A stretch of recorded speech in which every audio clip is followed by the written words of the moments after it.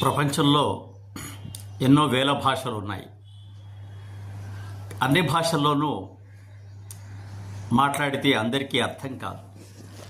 కానీ ప్రపంచ భాషలన్నిటికీ అనుసంధానమైన భాష ఒకే ఒకటి ఉంది. అదే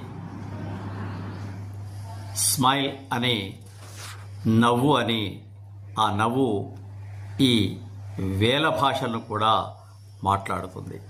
There are thousands of languages in the world, but a smile speaks them all అని ఈ శుభోదయ వేళ మనం తెలుసుకుంటాం. ఈ నవ్వు అనేది మానవులకు మాత్రమే పరిమితమైనవి. మిగతా జీవజాలం వాటికి ఆనందం కలిగినప్పుడు రకరకాల ధ్వనులు చేస్తూ శరీర విక్షేపాలు చేస్తూ ఆనందిస్తాయి తప్ప నవ్వుతూ ఆనందించలేవు. ఎదుటి మనిషిని నవ్వుతూ ఆ నవ్వు ద్వారానే అనేక సంకేతాలను అందించలేవు. కాబట్టి నవ్వవు జంతువులు నరుడు నవ్వును అని కవులు మనకు తెలియచేశారు. ఆ అందమైన భాష, ఆ చిరునవ్వును ఎల్లప్పుడూ ముఖం మీద ఉంచుకోవడానికి ప్రయత్నం చేస్తే మన ముఖం అందంగా కనిపిస్తుంది.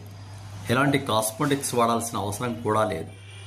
ఆ నవ్వే మన ముఖానికి అందాన్ని తీసుకుని వస్తుంది. అది కాక మన శరీరంలోని అలసటను తొలగిస్తుంది, ఆరోగ్యాన్ని ప్రసాదిస్తుంది, రక్తపోటు లాంటి వాటిని కూడా తగ్గిస్తుంది ఈ నవ్వు.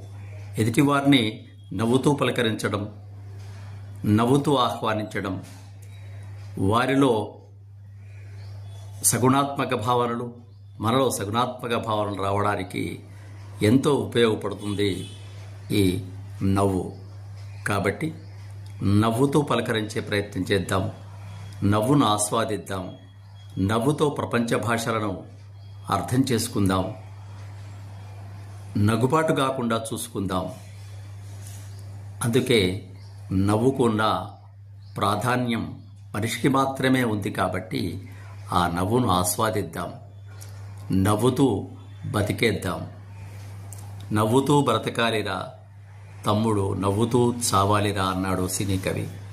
శుభం భూయాత్. స్వస్తి. సబ్స్క్రైబ్ ఆచార్య శ్రీ.